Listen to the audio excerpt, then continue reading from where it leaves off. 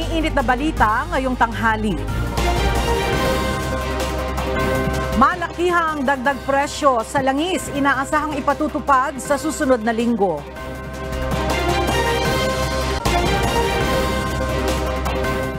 Tatlong matataas na opisyal ng PNP inalis sa pwesto kaugnay ng umano'y excessive force sa pagsisilbi ng warrant laban kay Apollo Kibuloy. Department of Foreign Affairs kinondena ang pag-atake sa isang sea vessel sa Red Sea na may lulang Filipino crew. Pilipinas muling napabilang sa top 10 worst countries for workers.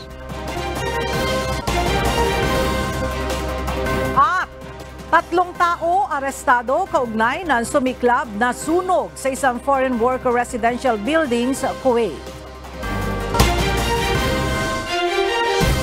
Magandang tanghali mga kasangbahay. Ngayon po ay araw ng Biyernes, June 14, 2024. At una sa mga balita ngayong tanghali. Bad news para sa mga motorista. May nakaambang malakihan dagdag sa presyo ng kada litro ng mga produktong petrolyo sa darating na linggo. Ayon kay Department of Energy Oil Industry Management Bureau Director Rodela Romero, ito ay bunsod ng mga pagbabago sa international market.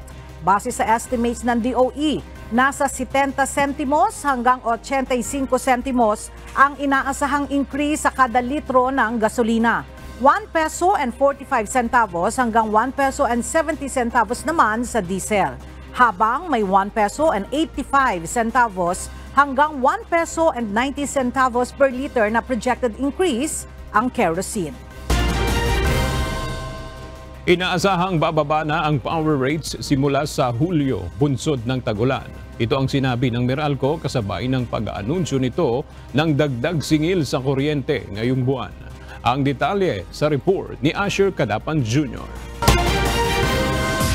Nakaapekto ng malaki ang klima sa demand ng kuryente na nakikita kapag tag-ulan kumpara sa mga nagdaang buwan ng tag-init. Binigyang din ito ng Meralco sa pagtaya nito ng posibleng simula ng pagbaba ng singil sa kuryente sa susunod na buwan. Pero umaasa kami na given the declaration of the rainy season, tas nakita man natin na bumaba na yung demand, and the past few days hindi na tayo nakakaranas ng yellow or red alert. So we think that's indicative of better conditions in the spot market, which we hope will result in lower spot market charges for this month to be reflected in July. Kahapon June 13, inanunsyo ng Meralco na muling tataas ang presyo ng kuryente kung saan aabot sa 64 centavos per kilowatt hour ang lalabas na dagdag singil sa June 2024 bill. Katumbas ito ng 129 pesos na dagdag singil sa bill ng kuryente para sa mga typical residential customer ng Meralco na kumukonsumo ng 200 kilowatt hour. 193 pesos naman kung 300 kilowatt hour ang konsumo, 257 pesos sa 400 kilowatt hour, habang 321 pesos naman sa 500 kilowatt hour consumption.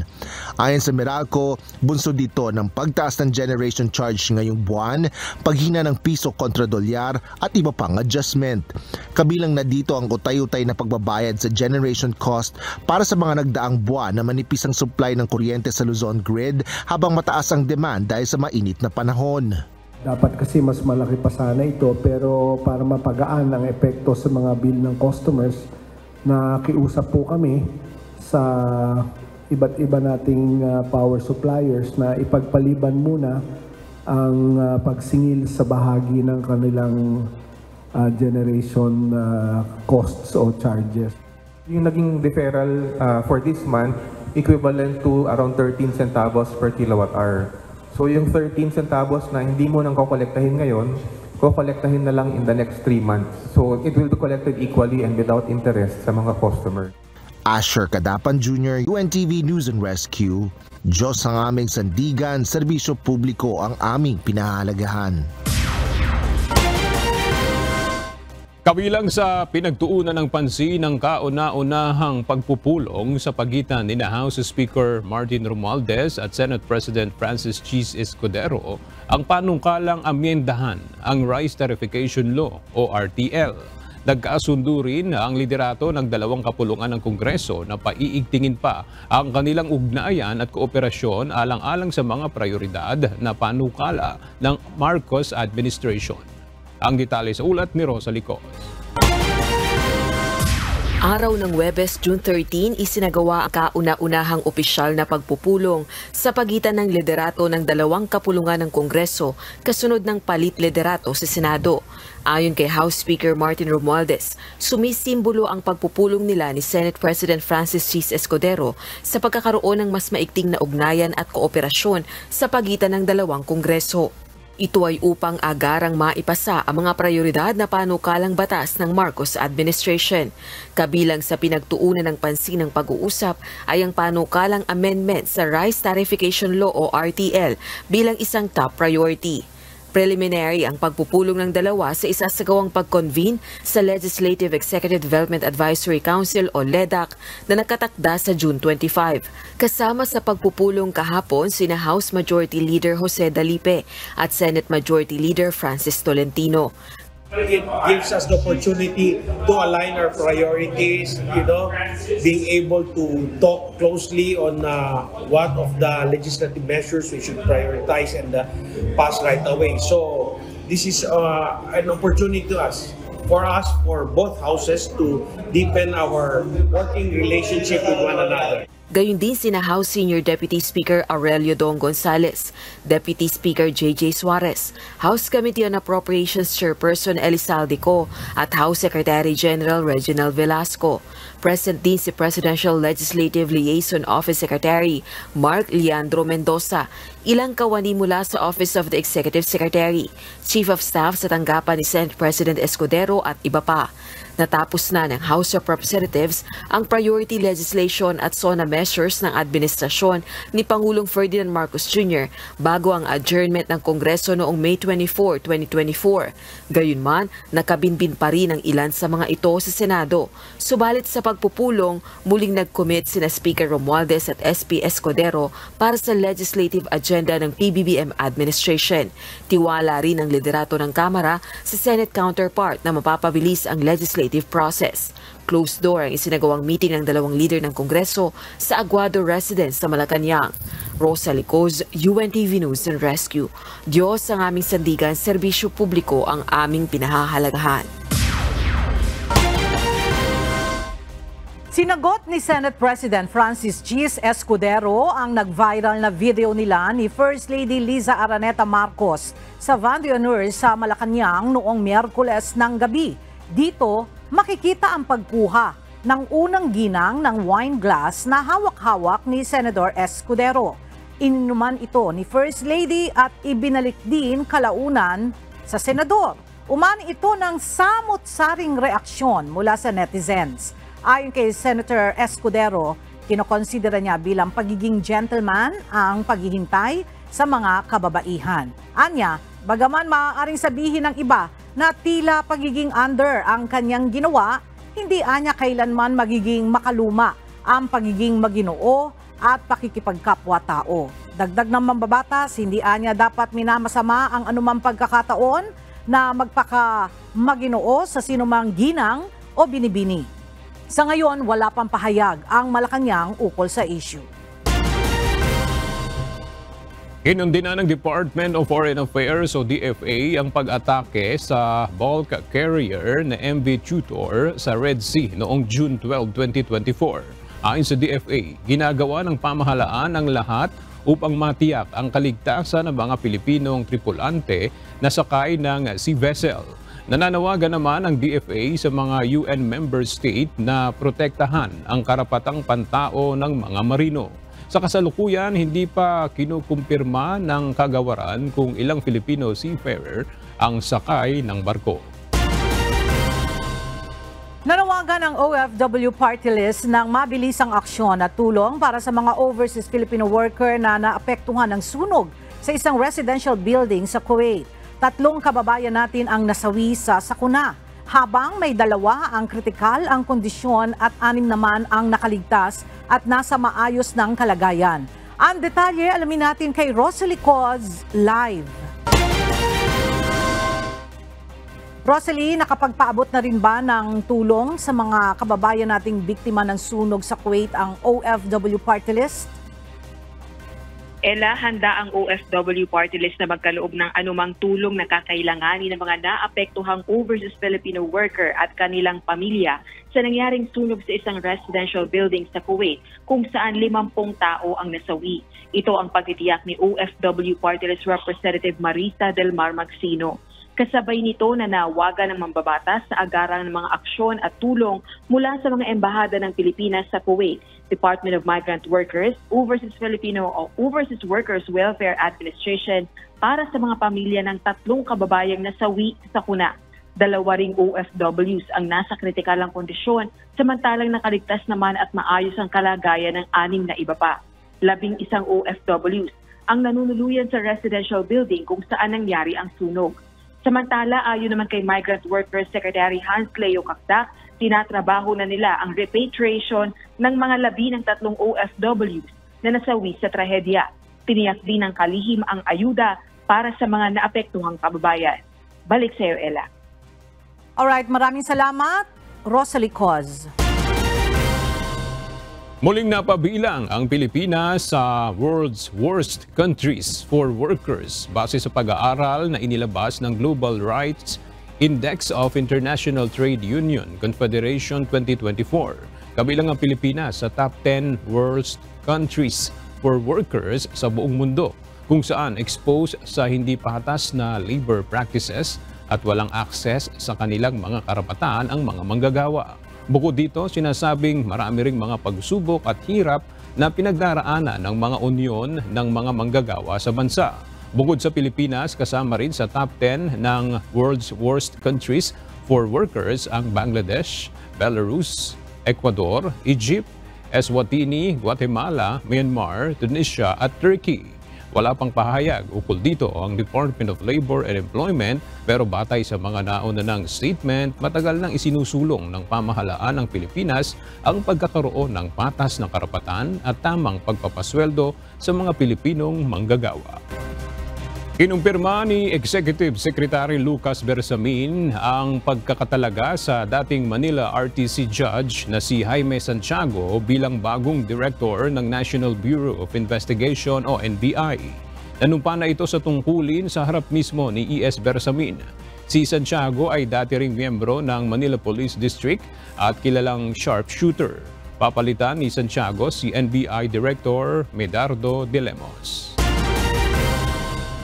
Tukoy na ng mga otoridad ang pagkakakilanlan ng may-ari ng illegal na Pogo Hub. Hindi naman inaalis ng Presidential Anti-Organized Crime Commission o PAOC ang posibilidad na mayroong talagang spy sa Pogo base sa mga Chinese military at police uniform na nakuha sa nagpapatuloy na search operation sa illegal na Pogo sa Porac, Pampanga. Ang detalye sa ulat ni Ryan Lacanlale. Tukoy na ang pagkakilanlan ng may-ari ng Lucky South 99 ang iligal na Pogo sa Porac, Pampanga na ni-raid ng mga otoridad kamakailan.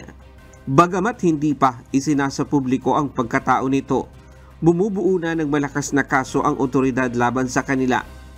Nakita na po natin kung sino yung mga pangalan, well, based on the documents that we have obtained from the search as well as the other documents that we have obtained from our partner agencies. As well as we've also been able to retrieve certain other evidence that would point to the so-called beneficial owners. Kasi the owners on paper do not necessarily reflect the actual owners. Naisailalim na rin sa inquest proceedings ng Bureau of Immigration ang lahat ng hawak na foreign national ng PAOC sa nasabing illegal na Pogo. Nahaharap sila sa kasong immigration violation dahil walang kaukulang dokumento na maipakita ang mga ito. Maiiwan naman sa bansa ang mga biktima at mga suspect habang nililitis ang kaso. Sa ngayon, inaantay pa ng PAOC ang kanilang pondo para masimulan na ang pagpapadeport sa mga dayuhang manggagawa. Nitong Miyerkules, sinabi ni PAOC Undersecretary Gilbert Cruz na umaabot sa 35 hanggang 40 million pesos ang nagagastos ng PAOC sa loob ng 4 na buwan na pangangalaga sa mga illegal foreign workers. Samantala, Malaking problema para sa national security ng bansa kung mapapatunayang nakapasok na ang mga espiya ng China sa mga Pogo hubs sa bansa. Kasunod dito ng pagkakadiskubre ng mas marami pang Chinese military uniform at isang police service medal sa nagpapatuloy na search operation sa Lucky South 99. So, medyo malaking problema po ito para sa bayan natin kung mapatutuhanan natin na meron nga nakapasok na mga espiya sa mga scam farms na ito. Kung authentic ang mga ito, dalawang bagay ang kinukonsidera ng PAOK. Una, mayroong nagtatrabaho sa Lucky South 99 na veteranong pulis o sundalo ng China. At ang pangalawang posibilidad ay ang pagkakaroon ng espiya na nagtatago sa mga Pogo Hub. Yung isa ay yung pinakamalala, baka naman meron nga talagang military spies na embedded dito sa ating mga illegal na mga online gaming farms na ito. Bear in mind, these are scam farms. These are what I dub as conduits of money laundering, no? Ilan sa mga uniforme na nakita sa ni-raid na compound ay luma na. We've talked to military experts from within the intelligence communities, and apparently they agree na ito nga po ay mga authentic na mga military People's Liberation Army uniforms. But then again, tama po kayo, dated na po ito. Meaning to say, mga lumang mga uniforme. So po pwede mga veterano nga po ang mga may-ari nito. Ngunit hanggang walang matibay na ebidensya na may nangyayaring pang-eespiya, mananatili daw na paniniwala ng PAOK na koleksyon lamang ang mga ito. Ryan Lacanlale, UNTV News and Rescue. Diyos ang aming sandigan, serbisyo publiko ang aming pinahahalagahan. Kinumpirma ng Presidential Anti-Organized Crime Commission ang operasyon ng mga Philippine Offshore Gaming Operators o POGO malapit sa mga itinatalagang Enhanced Defense Cooperation Agreement o EDCA site sa bansa. Sa isang panayam kahapon, sinabi ni PAOK spokesperson John Casio na sa ngayon ay iniimbestigahan na rin nila ang mga ito. We have already investigated some online gaming platforms, online gaming sites that are near military sites. In fact, a good number of them are near and located near EDCA sites. No? So that once and for all, we're able to ensure that not a single scam farm or not a single licensed POGO, for that matter, would be located near our EDCA sites, nor Umaasa naman ang PAOK na makikipagtulungan sa Department of National Defense, ang PAGCOR o Philippine Amusement and Gaming Corporation at iba pang mga ahensya upang matugunan ang nasabing issue. Walang dapat na ikabahala ang publiko sa pagkakakumpiska ng mga uniforme ng Chinese People's Liberation Army o PLA sa Pogo sa Porac, Pampanga. Ayon kay PNP Chief Police General Romel Francisco Marbil, inaalam na nila kung saan galing ang naturang mga uniforme at bineberipika kung talagang Chinese military uniforms ang mga ito. Tiniyak naman ng PNP na nakahanda ang kanilang puwersa sakaling nakapasok na nga ang Chinese military personnel sa bansa. We want to make sure kung talagang asa po yung nakuha yung uniform. So, investigation po yan. So, hindi po kami magkukonclude po right now. Dinagdagan pa ng Department of Foreign Affairs ang mga requirement na kailangang isumite ng mga Chinese national na mag-a-apply ng Philippine 9A temporary visa. Base sa bagong panuntunan ng pamahalaan ng Pilipinas, ang mga Chinese nationals na kukuha ng temporary visa ay required na ring magsumite ng kanilang Chinese Social Insurance Record Certificates. Ang nasabing certificate ay kinakailangan na naiparehistro ng hindi bababa sa 6 na buwan bago isumite para sa visa application. Samantala, exempted naman sa requirement ang mga Chinese national na kasalukuyang naka-enroll sa primary, secondary at college education. Gayunman, kinakailangan nilang magsumite ng proof of enrollment, gayon din ang mga retirees edad 55 taong gulang pataas. Paliwanag ng DFA, ang karagdagang visa requirement ay isang paraan upang lalo pang mapag-ibayo ang mga polisiya upang maasiguro ang ligtas at maayos na pagpasok ng mga dayuhan sa Pilipinas. Nagbanta si dating Pangulong Rodrigo Duterte na gagawa ng legal na hakbang laban sa mga pulis na sumugod sa mga ari-arian ni Apollo Quiboloy sa Davao City. Sinabi ni Duterte na ang ginawang raid ng Philippine National Police, Special Action Force at Criminal Investigation and Detection Group ay overkill at hindi maaaring palagpasin. Ayon sa dating Pangulo, walang ipinakitang search warrant ang mga pulis sa mga pinasok nilang property ng religious leader.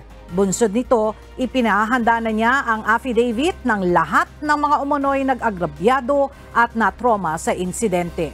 Mabigat man sa kanyang loob ang gagawin, kailangan niyang kumilos laban sa lahat ng responsible sa anyay iligal na pagsalakay. Sa kabila umano ng kanyang personal na paniniwala, dapat pa rin itaguyod ang batas. Nagpatupad ng panibagong baalasahan sa hanay ng matataas na opisyal ang Philippine National Police. Kabilang sa tinanggal sa pwesto ay ang Director ng Police National Office 11 o Davao Region. Mula sa Camp Crame, alamin natin ang detalye kay Lea Ilagan live. Lea, bakit inalis ang director ng Pro 11? May kinalaman ba ito sa kontrobersyal na pagsisilbi ng warrant of arrest kay Quiboloy?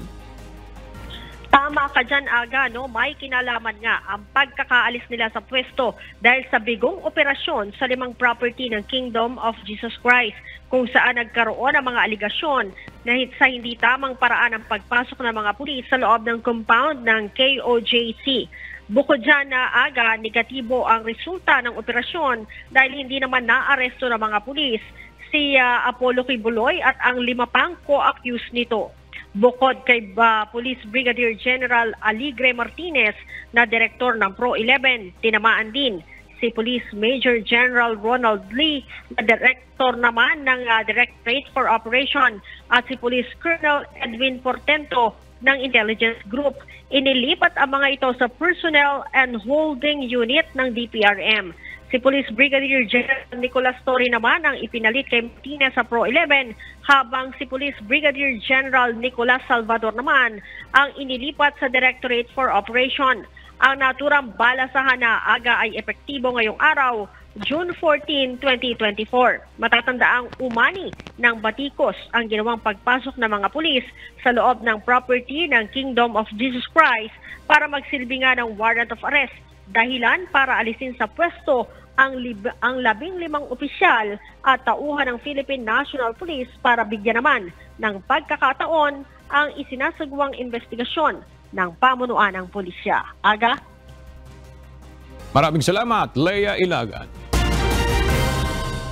Nais paimbestigahan ni Senator Robin Padilla ang issue kaugnay ng umano'y excessive force ng mga tauhan ng PNP sa pagsisilbi ng warrant of arrest laban sa religious leader na si Apollo Quiboloy at 5 iba pa noong June 10. Ayon kay Senator Padilla, nakatakdang ihain ang resolusyon sa darating na June 18. Muling binigyan diin ng mambabatas na hindi dapat malabag ang karapatan, ang dignidad ng isang tao sa pagsisilbi ng warrant ng mga pulis.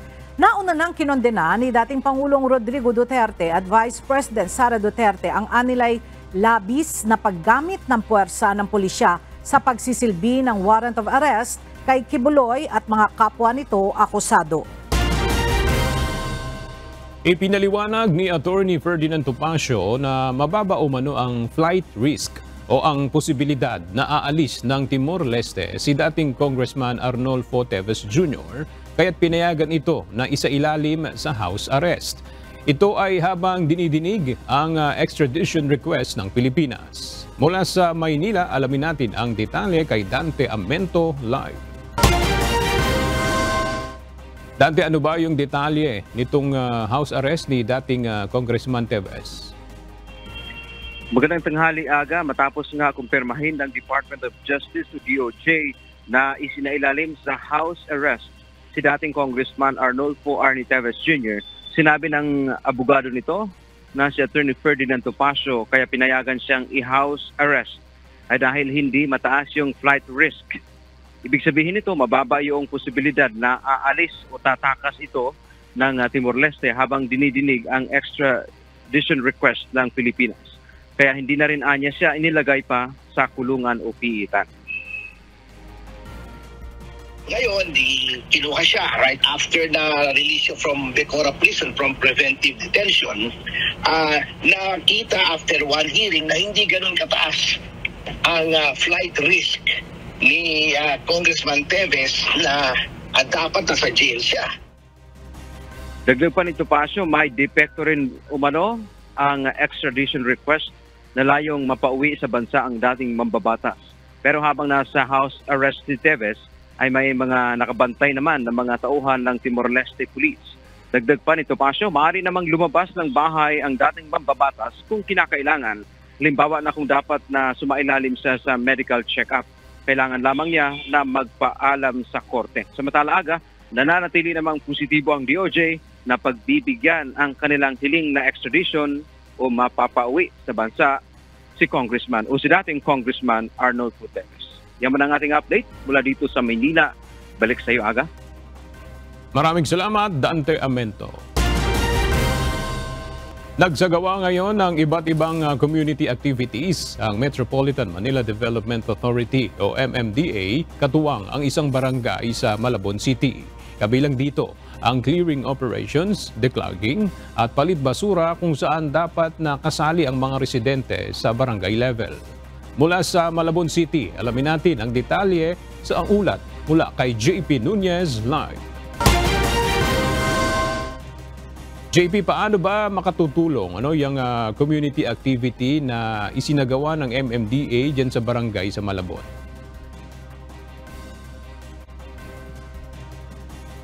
Aga, ayon dun sa kapitan ng barangay na nakausap natin, malaking impact yung naging puwersa ng Metropolitan Manila Development Authority dito sa kanilang barangay para dun sa iba't ibang activity na isinagawa. Mas marami silang nakatulong para dun sa pagsasaayos ng kanilang komunidad. Ngayong araw nga ay nagsagawa ng bayanihan sa barangay ang Metropolitan Manila Development Authority o MMDA. Iba't ibang programa ang isinagawa sa barangay Tanyong sa Malabon City.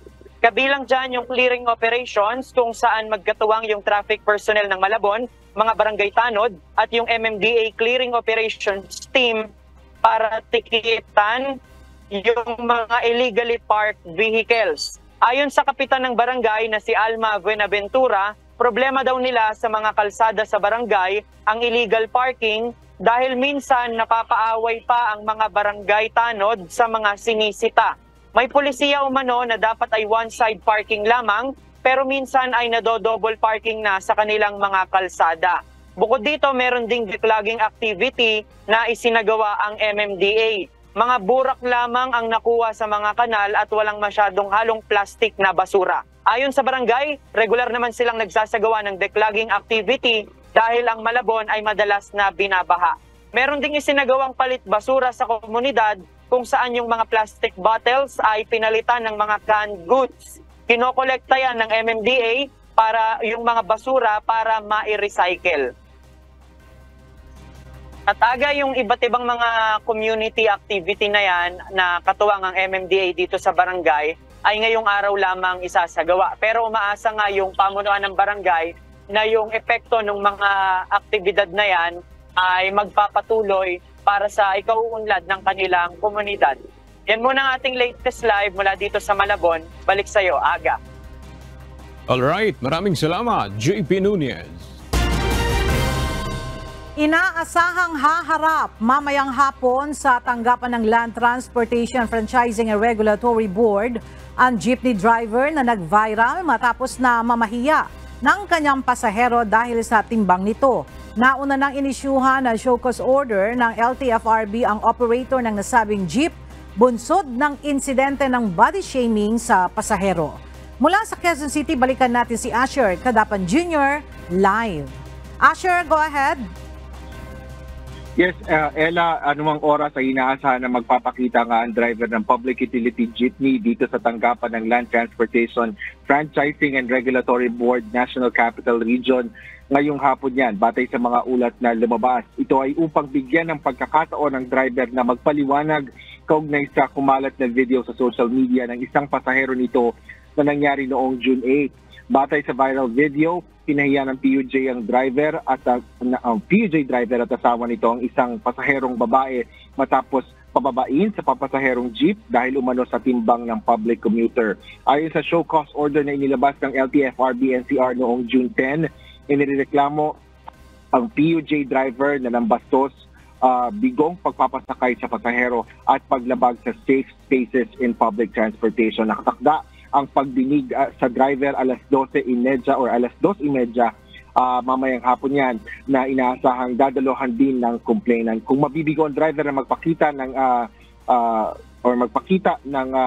sa SCO order or show cause order ay maaaring desisyonan ang reklamo ng pasahero batay sa mga ebidensya na ipiniresenta at nakalap ng board. Paliwanag ng LTFRB, hindi dapat mamili ng pasahero ang mga driver ng mga pampublikong sasakyan at lalo't higit na ipinagbabawal ang pagtanggi sa mga ito dahil lamang sa kanilang timbang. Nanindigan din ang ahensya na hindi palalagpasin ng anumang uri ng diskriminasyon upang magkaroon ng mas maayos, komportable at ligtas na modernong transportasyon sa bansa.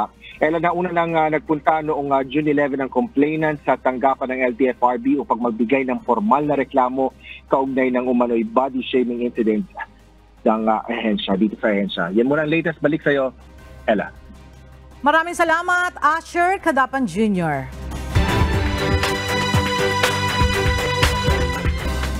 Nagtalaga ng mga karagdagang warehouse ang Department of Social Welfare and Development at DSWD Region 5 para sa pre-positioning ng relief items sa 6 na probinsya sa Kabikulan.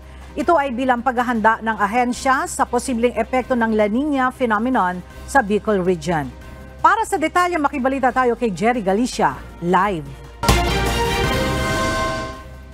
Jerry, ilan na ang mga warehouse ng DSWD para paglagakan ng relief goods dyan sa Bicol? Yes, Ella, nasa 48 na ang warehouse na paglalagakan ng mga relief items na sa ginagawang prepositioning ng Department of Social Welfare and Development o DSWD Bicol. Ito ay para sa paghahanda ngayong nasa La Nina phenomenon na ang bansa. Nakipag-ugnayan ng DSWD Bicol sa iba pang lokal na pamahalaan para nga madagdagan pa itong mga lugar na pwedeng paglagakan na mga relief goods sa 6 na lalawigan sa Kabikulan. Dahil nasa monitoring na ng Philippine Atmospheric, Geophysical and Astronomical Services Administration o PAGASA ang galaw ng panahon ngayong nasa ilalim na ng La Nina sa bansa. Gusto nito naghahanda ng Department of Social Welfare and Development o DSWD-5 ng family food packs at non-food items para sa 6 na probinsya sa Kabikulan. Bilang bahagi ito ng disaster preparedness response sa posibleng epekto ng La Nina at iba pang weather disturbances na papasok sa rehiyon.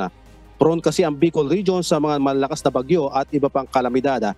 Ayon kay DSWD Disaster Reduction Management Information Officer Carl James Cabarles, nasa kabuang 196.6 milyong piso ang halaga ng food packs at non-food items na nakapreposisyon na sa iba't ibang syudad at bayan sa rehiyon. Nakaayon ang inisyatibong ito ng ahensya sa direktiba ni Pangulong Ferdinand Marcos Jr. na buong bansa handa projects sa paglalaan ng effective public response sa panahon ng sakuna. Nagbibigay ng mabilisan at mas epektibong mahusay na pagtugon sa pagtulong sa mga apektadong pamilya ang prepositioning na relief items. Mas mabilis ito kumpara sa paghahakot ng relief goods mula sa regional office patungo sa mga local government units at papunta naman sa affected areas. Tiyak naman na makararating sa tamang oras ang mga pangangailangan at walang mga individual na magugutom. Ayon pa kay Cabarles, tinutukoy na ng ahensya ang mas marami pang LGU para sa paglagda ng Memorandum of Agreement para payagan sa stockpiling ng relief goods. Nag-utos na rin si DSWD Regional Director Norman Lario na magsagawa ng monitoring sa mga river basins at flood-prone areas sa tuwing bumubuhos ang malalakas na pag-ulan. Sa ngayon ay nasa 41 lokal na pamahalaan sa Bicol ang pumayag na sa prepositioning ng food packs at non-food items na karagdagan sa 7 regional warehouse ng ahensya sa iba't ibang probinsya. Nasa 142,205 family food packs at 37,805 non-food items ang in-stockpile na ng DSWD Bicol. Bukod pa riyan ang standby fund na umaabot sa 338,500 pesos na nakahanda para ipambili pa na karagdagang food packs at kinakailangang kits. Inang balita mula di sa Bicol, balik sa iyo, Ella. Maraming salamat, Jerry Galicia. Binigyang pagkilala ng isa sa pinakamalaking pampublikong paaralan sa Baguio City, ang UNTV News and Rescue, dahil sa walang sawang pagbibigay suporta nito sa mga advokasya ng Baguio City National High School. Mula sa Baguio City, makibalita tayo kay Grace Doctolero live. Grace, ano yung detalye nitong pagkilala na iginawad ng Baguio City National High School sa UNTV News and Rescue? Yes, Aga, magandang tanghali. Binigyan nga ng pagkilala ang mga guro at non-teaching personnel na may 10 hanggang 30 taong serbisyo sa naturang paaralan, maging ang iba't ibang asosasyon, Philippine National Police, City Disaster Risk Reduction Management Office, stakeholders at iba pa ang binigyan ng pagkilala ngayong araw. Ginawaran ng pagkilala ang pinakamalaking pampublikong paaralan sa Baguio City, ang Members Church of God International at UNTV News and Rescue dahil sa pagsuporta sa mga programa at proyekto nito. Ito ay bilang bahagi ng ika-108 taong selebrasyon ng Baguio City National High School Foundation Day ngayong araw ng Biyernes, June 14. Kay gandang pagmasdan kung tayo ay nagtutulungan. Ito ang nakita ng pamunuan ng Baguio City National High School na pinagsisikapang isagawa ng Members Church of God International at ng UNTV.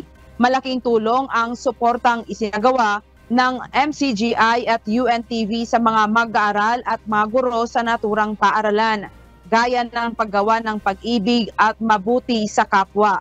Matatandaan na nakapagsagawa ng free dental, optical, medical, mission at naturang paaralan kung saan libo-libong mga residente ang naserbisyuhan at nabigyan ng libreng gamot at pagkain. Habang ang UNTV News and Rescue naman ay napinangungunahan ni Kuya Daniel Ezrazon ay nakapagsagawa na rin ng 2 beses na pagtuturo sa mga estudyante, guro at non-teaching personnel ng basic life support at basic first aid.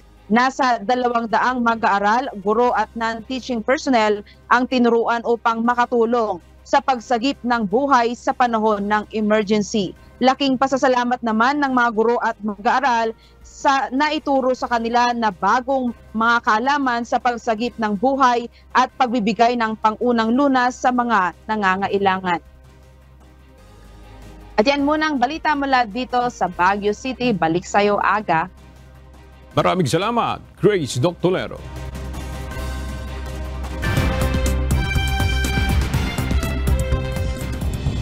Iniulat ng Kuwaiti authorities na 3 tao ang arestado dahil sa suspected manslaughter kaugnay ng sunog sa isang gusali kung saan 50 foreign workers ang nasawi.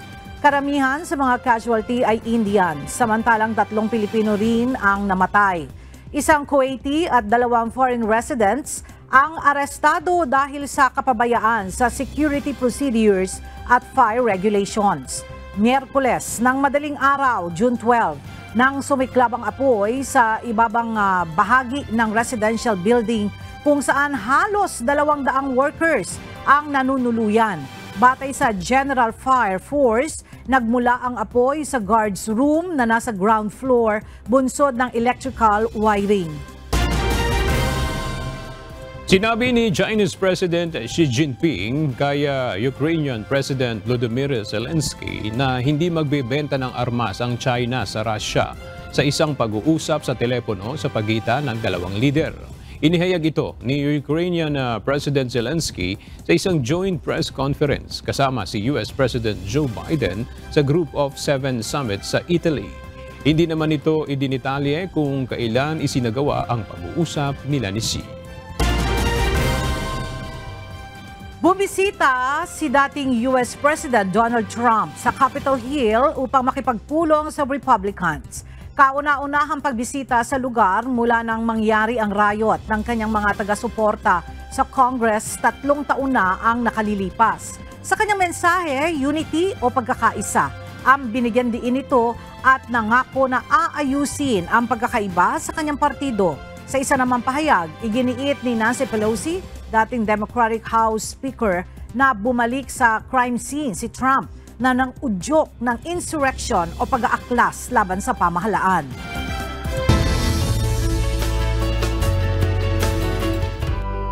Ilang mga professional na teenager na lady rider ang lumahok sa female individual category ng Manibela Challenge sa KDR Adventure Motorcycle Ramp. Patunay nila ito na ang paglahok dito ay kaya rin ng mga kabataang kababaihan. Narito ang report ni JP Nunez.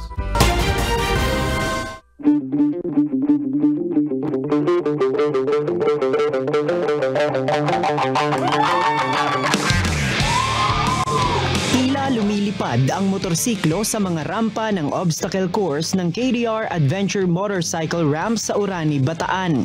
Ganyan ang naging performance ng isa sa mga sumalang sa female category ng Manibela Challenge kahapon. Pero maniniwala ba kayo na ang rider na nagpapatakbo ng motorsiklo ay isang babae at teenager lamang?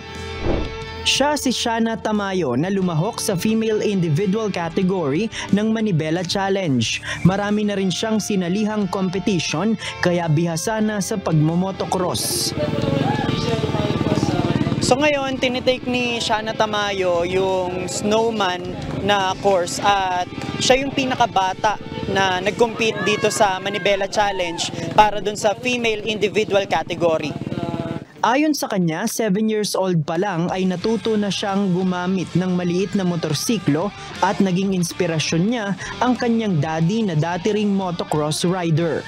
Sa motocross, lahat po ng obstacle courses ay parang jumps. So, sanay na sanay po ako magpatalo ng motor and medyo nasanay na po ako sa mga bagsak. Natapos ni Shana ang course sa loob lamang ng halos 9 na minuto at ilang obstacle lamang ang nilampasan. Yung struggle ko lang po kasi is yung bike, mabigat po. And since first time ko lang mag-try ng big bike, since 85cc lang po gamit ko, nahirapan po talaga ako. And mas malakas yung bike, mas matangkad. So, yun lang yung struggle ko dun sa Elephanta. Nininervous talaga ako. Actually, sa mga races, sa motocross hindi ako nininervous sa kanya, relax lang ako eh. Pero dito, nininervous talaga ako. Ayon kay Coach Mel Aquino, malaki ang potensyal ni Shana sa mga competition sa international setting. Nakikita ko itong batang to, one of the future of motocross generation natin, mga young bloods kung tinatawag natin. Siguro kung may competition to abroad, isa si Shana sa magiging representative ng Pilipinas. Bukod kay Shana, kabilang din sa teenage lady rider na lumahok sa Manibela Challenge, si Jurella Sai Maximo na anak ng co-host ng Manibela TV show na si Alfred Watermax.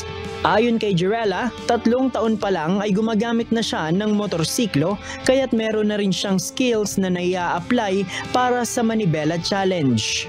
Pero dahil enduro type ang motorsiklong gamit niya at first time niya lang gumamit ng big bike sa course, marami rin anya siyang ginawang adjustment. Kumpara sa Manibela Challenge na mayroong obstacles, ang enduro ay mala motocross riding at kadalasang mga natural terrain sa gubat at bundok ang dinadaanan. Hindi ko iniisip na manalo or matalo. Ang gusto ko lang is matapos ko yung course ng nag-alam ko na ginawa ko yung best ko. Natapos ni Jurella ang course ng halos 10 minuto at proud naman sa kanya ang kanyang daddy na si Alfred Watermax. Siyempre lahat naman ng paghahanda nandun ako. Nakita ko yung hardship niya, nakita ko yung paano niya pinaghirapan yung practice dito. Nakita ko yung kanyang dedication sa kanyang ginagawa. Nagbunga naman. So parang mas proud ako Samantala, ang professional circuit rider na si Jack Buncio, malaki ang ginawang adjustment para matapos ang obstacle course. Madalas kasi niyang dinadaanan ay mga kalsada na diretso lamang at mabilis ang pagpapatakbo ng motorsiklo. Limitado lang din ang mga liko. Pero ang Manibela Challenge, anya, merong mga tight turn, mga paahon, pag-ikot hawak ang tali na wala sa mga circuit race. Pag sa road race kasi it's speed minimal lang yung accuracy sa amin. So, eto bagong-bago sa akin kasi syempre, kailangan mo lumiko in a specific area, specific na degree. So, medyo mahirap siya sa akin dahil nga sa road race, speed lang talaga speed skill yon. Pero dito, iba yung skill na kailangan. Natapos ni Jack ang course sa loob ng 13 minuto. Ang mensahe ng mga lady rider sa iba pang aspiring rider na babae ay huwag matakot subukan ang ganitong libangan at sports. Never underestimate your strength, even if you're a girl.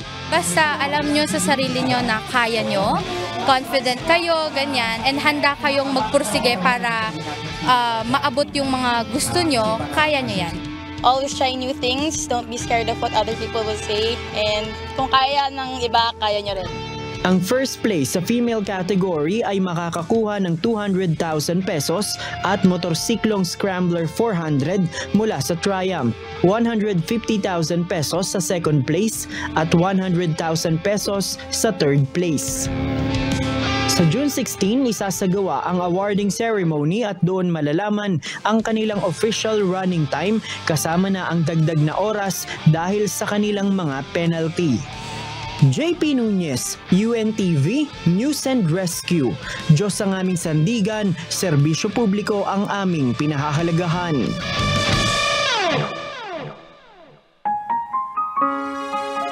At sa ating pong iiwang mga salita ng Diyos na ating sandigan mula sa Aklat ng Awit, Kapitulo 145, versikulo 19, na nagsasabi, Kanyang tutuparin ang nasa nila na nangatatakot sa Kanya. Kanya ring didinggin ang kanilang daig at ililigtas sila.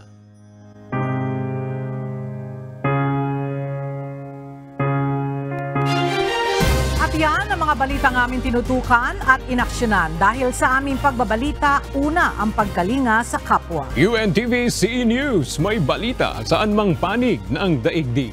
At dito sa UNTV, Diyos ang aming sandigan, serbisyo publiko ang aming pinahahalagahan.